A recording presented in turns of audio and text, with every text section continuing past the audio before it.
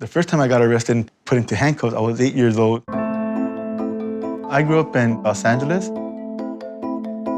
I was first generation Mexican-American. My parents had just came from Mexico. Me and two other kids, we were caught with spray cans and they accused us of stealing them from Home Depot.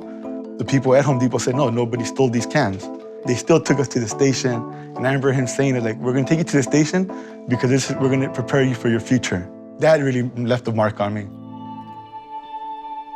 When I was 13 years old, I joined a street gang. I grew up in a community where gang violence existed.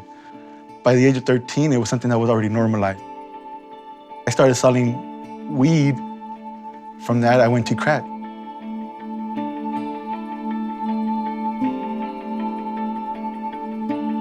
On my 18th birthday, I was sent to prison with a sentence of 15 years and 2 felonies.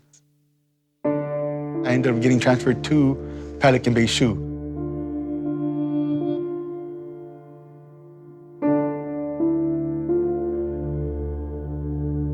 You're in your cell 22 and a half hours a day.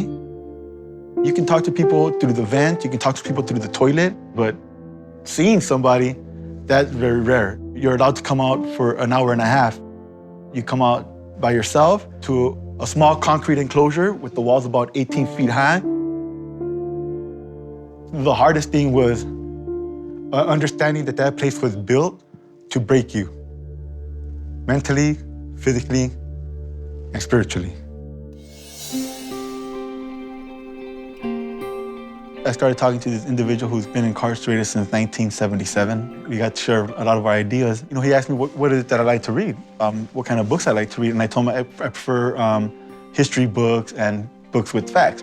And he told me that I should give fiction a try. And to me, that had a very big impact. The first book I read was Charles Dickens, Oliver Twist. And then after that, I think I might have read The Grapes of Wrath, and then Dostoevsky's Crime and Punishment, and then Candide, which was really my favorite one.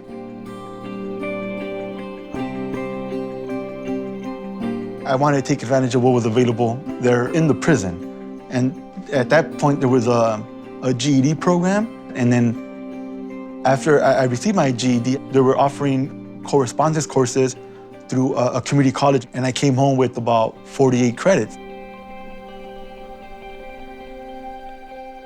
Once I started school, I literally told myself, I'm gonna dedicate myself to my education and that's it. I was accepted to UC Berkeley, and then the first day of school is the day that I met Steven. I was a 38-year-old junior, mostly invisible to my peers, you know? Because once you hit like 32, you're pretty much invisible to the cool kids, you know what I mean? I told him something about feeling uncomfortable around all these young people. And he's like, yeah, me too, man. And I told him something about I've been away from school for a long time. And he's like, yeah, me too. And I told him I was in Pelican Bay SHU. And he literally responded, yeah, me too.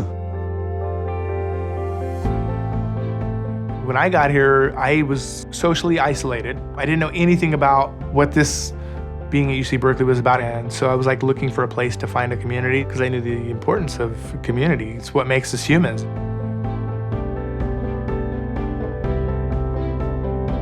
One of the results of incarceration for people that are coming home is having to live with the stigma of being the boogeyman, being the bad person, being the animal, right? It leaves a mark on you.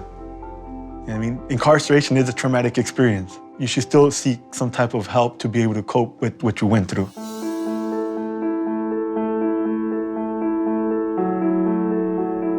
So I want to start this meeting off with a check-in question. And the question is going to be, how's your semester going and what are you looking forward to? Hi everybody, my name is Lanika and this is my first semester here at Cal. We work to find out those barriers that are social and cultural and ameliorate them or eliminate them altogether. I was resilient enough to overcome the trauma that solitary confinement imposes on the individual and use it to my advantage. I want to be a resource for people and be able to put people in positions to be able to excel after incarceration.